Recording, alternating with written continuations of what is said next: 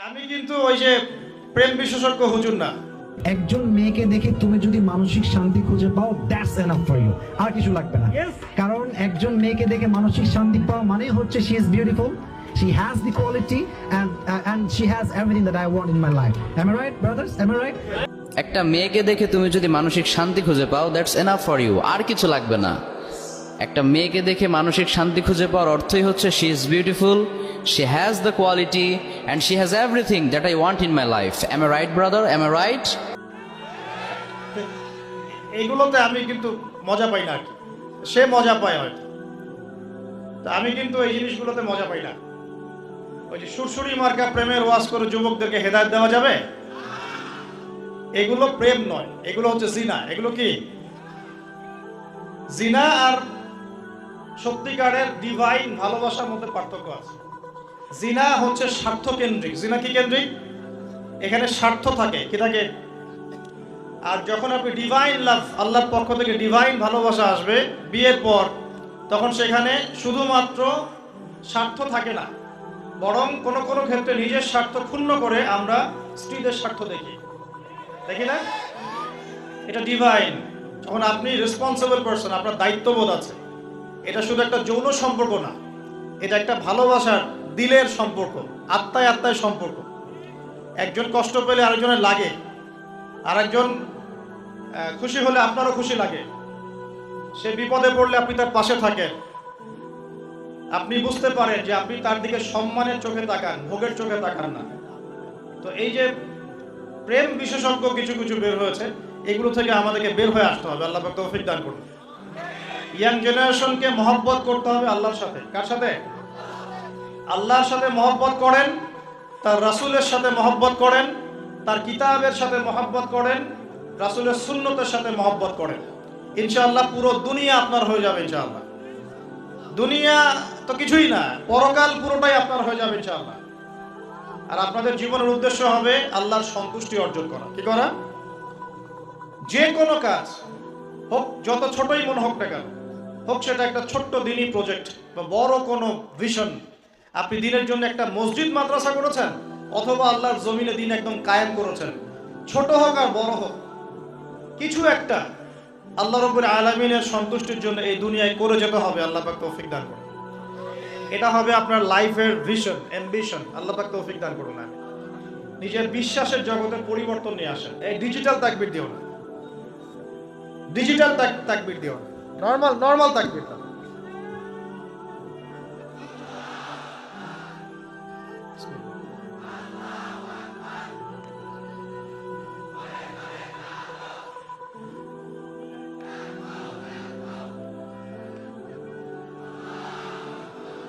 ভাই ঠিক আছে, শুকরিয়া। এই হলো তাকবীর। এটা হলো কি তাকবীর নাকি তাকবীর? কোনটা কোনটা হবে ঠিক? আস্তাগফিরুল্লাহ। কোন যুগে আসলাম রে ভাই? সবই চেঞ্জ হয়ে যাচ্ছে দিন দিন। আচ্ছা ঠিক আছে, ঠিক আছে, শুকরিয়া। প্রিয় ভাই, আমার দিকে খেয়াল করেন। রমজান মাসে কেবলা পরিবর্তন মানে নতুন জাতির উত্থান হবে তো ইনশাআল্লাহ। রমজান মাসে কোরআন নাজিল হওয়া, কোরআন নাজিলের মূল উদ্দেশ্য ছিল আবু জেহেলের সমাজটাকে পরিবর্তন করে মুহাম্মাদের সমাজে পরিণত করা সাল্লাল্লাহু আলাইহি ওয়াসাল্লাম। হয়েছে কি না? 23 বছরে হয়েছে না? আবু জেহেলের সমাজ মানে কি? যে সমাজে শিরকে ভর্তি ছিল। কি ছিল? এখন নাই? মুসলিম অমুসলিম উভয় সমাজে শিরক নাই? বহু মুসলিম কবর পূজা করে কিনা, মাজার পূজা করে কিনা, আছে না এগুলা? আপনাদের এলাকায় আছে কিনা আমি জানি না। আমি বহু জায়গায় ঘুরে আসছি বাংলাদেশের, বাপরে বাপ। এবং কোন কোন জায়গায় তারা এত বেশি শক্তিশালী, বলতে গেলে কল্লা কাটি ফেলাবে, একেবারে মাথা খারাপ। যাক, আল্লাহ পাক আমাদের সবাইকে সর্বপ্রকার শিরক থেকে বাঁচিয়ে রাখুন। আমিন। কবরে শায়িত ব্যক্তি আমার কোনো কল্যাণ অকল্যাণ করতে পারবে?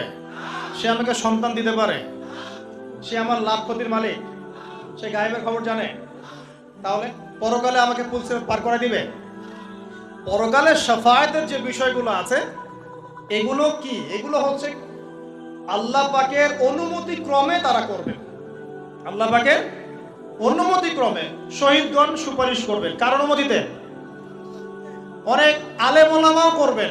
হাফেজে কোরআন, এই যে হাফেজে কোরআন যাদেরকে পাগড়ি দেওয়া হলো, তোমরা আমাদের জন্য দোয়া করিও, তারাও কিন্তু সুপারিশ করবে।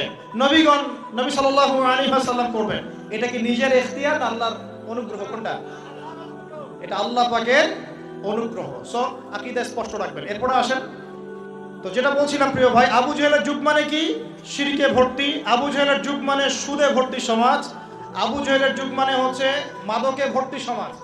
আবু জেহেলের যুগ মানে মেয়েদের অবমাননা। আবু জেহেলের যুগ মানে গোত্রীয় হানাহানি। এগুলো ছিল আবু জেহেলের যুগ। এখন এই সমস্যাগুলো এই বিশ্বে আছে কি নাই? তাহলে এই বিশ্বের প্রেক্ষাপটেও কোরআন নাজিলের সেই মর্ম চলবে কি চলবে না? একই বিষয় না? আবু জেহেলের যুগে যা ছিল এই বিশ্বে আমরা তাই দেখছি। আবু জেহেলের যুগে লাইলাতুল কদরে কোরআন নাজিল হয়েছে রমজান মাসে, তার মানে এখনো সেই একই হক আদায় করতে হবে কোরআনকে কেন্দ্র করে। কথা ঠিক কিনা? তাহলে এখন প্রশ্ন হচ্ছে কিভাবে করব? কিভাবে আমরা এখনকার জাহেলিয়াতগুলো দূর করে মুহাম্মাদের সমাজ প্রতিষ্ঠা করব? এটা ইম্পর্টেন্ট কিনা? রমজানের সবচেয়ে ইম্পর্টেন্ট বিষয় হচ্ছে কোরআন নাজিল হওয়া। আর কোন কোরআন? যেই কোরআন শুধু তেলাওয়াত করা হয় নাই, যেই কোরআন দিয়ে সমাজ পরিবর্তন করা হয়েছে। আল্লাহ পাক বোঝার তৌফিক দান করুন। আমরা কি চাই কোরআন দিয়ে সমাজ পরিবর্তন হোক? চাই কি? 6টা কাজ করতে হবে। রাজি আছি? 6টা কাজ করতে হবে। রাজি আছি? যদি কাজ না করতে পারেন তাহলে অহেতুক খালি ঠিক বেঠিক বলে লাভ নাই। রাজি আছেন কিনা?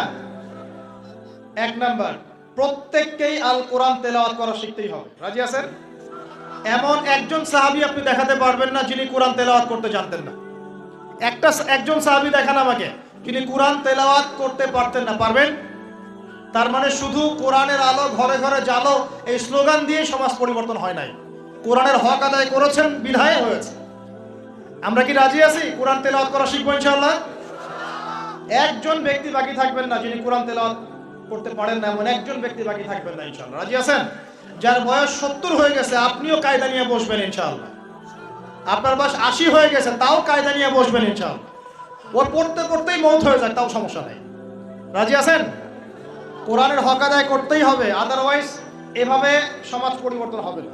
আবেগ দিয়ে, স্লোগান দিয়ে, জনস্রোত দিয়ে কোনো কাজ নাই। জনস্রোত দিয়েও কোনো কাজ নাই। কাজের মানুষ দরকার। কি দরকার? কাজের মানুষ দরকার। আপনি পঙ্গপাল দিয়ে কি করবেন? অ্যাক্টিভ কাজের মানুষ দরকার। দরকার কি না? শিক্ষিত যোগ্য মানুষ দরকার। অতএব আগে কোরআন পড়া শেখেন। আল্লাহ পাক তৌফিক দান করুন। আমি দোয়া করি আল্লাহ পাক আমাকে এবং আপনাদের সবাইকে নিয়মিত কোরআন তেলাওয়াত করার তৌফিক দান করুন। 1 নাম্বার, কোরআনের সাথে কোরআন নিয়ে গবেষণা করতে চান, আগে কোরআন তেলাওয়াত বাড়াতে হবে। তেলাওয়াত বাড়াতে বাড়াতে বাড়াতে বাড়াতে যখন আপনি দেখবেন প্রতিটা আয়াত আপনার ঠোঁটের আগে চলে আসছে, তখন আপনি হিফজ করাটা সহজ হয়ে যাবে, তখন অর্থটা বোঝা সহজ হয়ে যাবে, অ্যারাবিক গ্রামার শেখা সহজ হয়ে যাবে এবং গবেষণা করাটাও সহজ হবে ইনশাআল্লাহ। আগে কোরআন পড়তে হবে। আল্লাহ পাক করার তৌফিক দান করুন। প্রথম আয়াত নাজিল হয়েছে কি? ইকরা বিসমি রাব্বিকাল্লাযী। তো পড়াশোনাই তো করতে চায় না ইয়াং জেনারেশন, খালি ওয়াজ শুনতে চায়। অনলাইনে খালি বিচ্ছিন্ন ওয়াজ শুনে দিনের কনস্ট্রাকটিভ জ্ঞান অর্জন করা যাবে না। যদি আমি নিজের কথা বলছি, আমি যদি শুধু ওয়াজই শুনতাম বসে বসে, আজকে তোমাদের সামনে বসে আমি লেকচার দিতে পারতাম না। শুধু ওয়াজ শুনে কাজ হয় না। ওয়াজ একটা সাপ্লিমেন্টারি জিনিস। হ্যাঁ, ওয়াজ শুনবো, ইমান বাড়বে, আমি নতুন কিছু জানবো, দার্সে বসবো, ঠিক আছে, কিন্তু একটা সিলেবাস মেনটেন করে পড়াশোনা করতে হবে। সিলেবাস মেনটেন করে পড়াশোনা করতে হয়। যেখানেই পড়েন না কেন সিলেবাসে কোরআন থাকতে হবে, হাদিস থাকতে হবে, হাদিসের এবারত পড়ার যোগ্যতা অর্জন করতে হবে, আরবি ভাষা এবং সাহিত্য থাকতে হবে, আকীদা থাকবে, ফিকহ থাকবে, আপনার সিরাত থাকবে, ইতিহাস থাকবে এবং এই সমকালীন প্রেক্ষাপট এগুলো তো থাকবেই। এরপরে আপনি বিষয়ভিত্তিক বড় বড় স্কলারদের বইগুলো পড়বেন। আজকে এই বই, কালকে ওই বই, আজকে এই চটি বই, কালকে ওই চটি বই, এভাবে মাথাটা আপনার বিক্ষিপ্ত হয়ে যাবে। আজকে অমুকের একটা লেকচার একটা অংশ, কালকে অমুকের লেকচারের ওই অংশ, এভাবে পুরো মাথাটা আপনার এলোমেলো হয়ে যাবে। ঢুকবেন, অমুক যা বললো তার বিরুদ্ধে, তমুক যা বললো তার বিরুদ্ধে, এই করতে করতে দেখবেন আপনি মূল ট্র্যাক থেকে সরে যাচ্ছে। এভাবে হবে না। কনস্ট্রাকটিভ সিলেবাসে পড়াশোনা করতে হবে। এই পড়াশোনা করতে হলে ওলামায়ে কেরামের সোহবত কি লাগবে কিনা? লাগবে। ওলামায়ে কেরামের কাছে আসবেন, পরামর্শ করবেন কিভাবে পড়লে আমি দায়ী হতে পারবো, কিভাবে পড়লে আমি একটা ভালো জায়গায় যেতে পারবো, কিভাবে পড়লে আমি দিনের শরঈ যে বেসিক নলেজগুলো অর্জন করতে পারবো। এটা পরামর্শ করে পড়াশোনা করবেন। আল্লাহ পাক তৌফিক দান করুন। তো প্রিয় ভাইরা, 6টা কাজের প্রথমটা হচ্ছে আল কোরআন আগে আপনাকে পড়া শিখতে হবে। 1 2 কোরআনের ভাষা শিখতে হবে, কোরআনের ভাষা শিখতে হবে। আমি বিশ্বাস করি যে প্রত্যেকের পক্ষেই আরবি ভাষা শেখা সম্ভব। আপনারা হিন্দি বোঝেন? বোঝেন? আপনারা বোঝেন কিনা জানি না, আপনাদের মা বোনরা ঠিকই বোঝে। বোঝে না?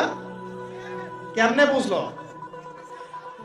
হ্যাঁ, এটা হচ্ছে সাংস্কৃতিক আগ্রাসন। কিরকম সাংস্কৃতিক আগ্রাসন? মানে আপনি এই যে ব্রিটিশরা শাসন করে গিয়েছে উপমহাদেশ 200 বছর, ওরা যে চলে গিয়েছে তাও তো মানুষ ইংরেজিতে পড়ার করে কথা বলে না? সারা বিশ্বে ইংরেজি চলছে না? সাংস্কৃতিক আগ্রাসন। এখন এইদিকে আপনি বাংলা, হিন্দি কি আপনার কোন স্কুলে পড়ানো হয়, কলেজে পড়ানো হয়?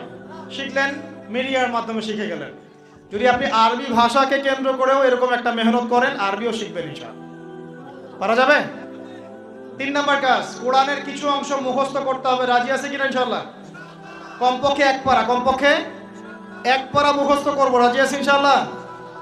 4 নাম্বার, কোরআনের অর্থ বুঝতেই হবে। রাজি আছেন কিনা? আমি 3টা তাফসীরের নাম বলে দেই।